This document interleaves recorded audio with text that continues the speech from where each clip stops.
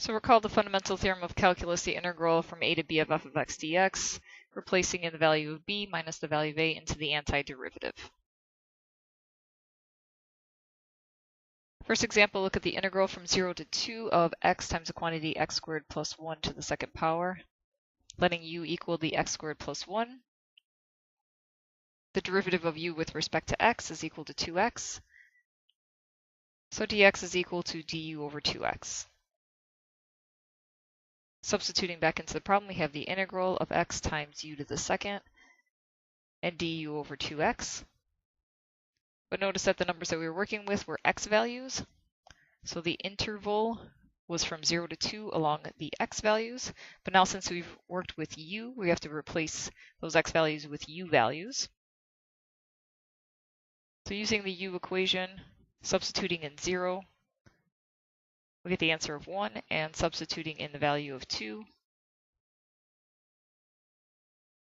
we get the answer of 5. So now our interval is from 1 to 5 instead of 0 to 2.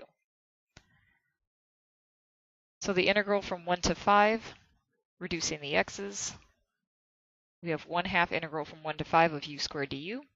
Anti-deriving u squared is 1/3 u cubed from the interval 1 to 5. Notice that we're still working with our u numbers, and we're working with the variable of u, so we're going to stay with our u. So we have 1/6 replacing in the 5, subtract replacing in the 1. So we have 1/6, 5 cubed is 125, minus 1 cubed, which is 1, which is 124 over 6, which reduces to make 62 over 3.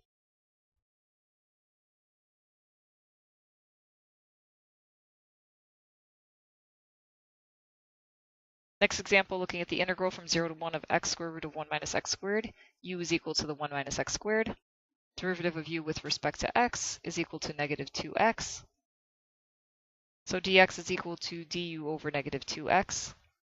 Replacing back in the problem, we have x times the square root of u, du over negative 2x. Changing our values, which were x values. So those x numbers of 0 and 1 replacing into the u function. We have 1 minus 0 squared, and replacing in 1 is 1 minus 1 squared. So the new values are 1 and 0. So replacing those numbers in, we now have our u numbers of 1 and 0.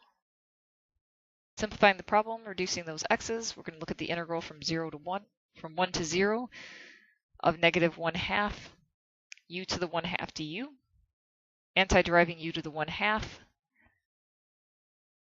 is 1 over 3/2 u to the 3/2 from 1 to 0. Writing the reciprocal as 2/3.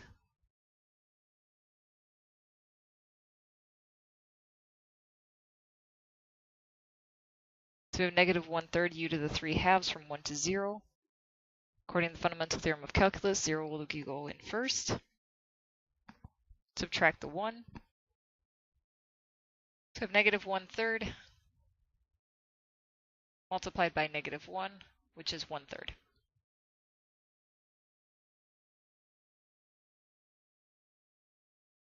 For our last example, looking at trigonometric function, we have the integral from negative pi over 4 to 0 of tangent x of secant squared dx.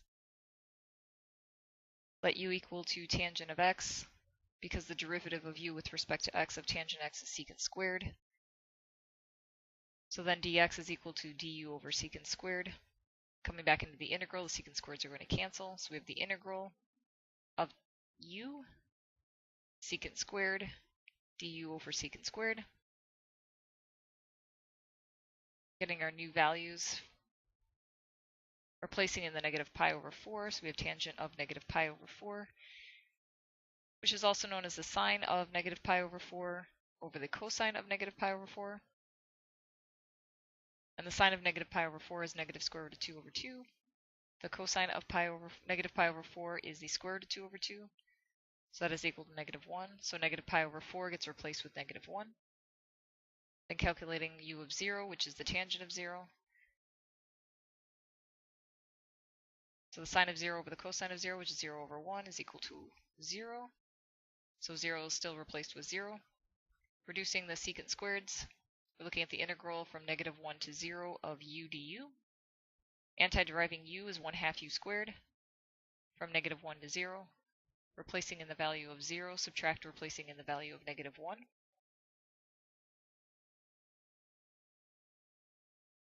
So you have 1/2 times -1, which is -1/2.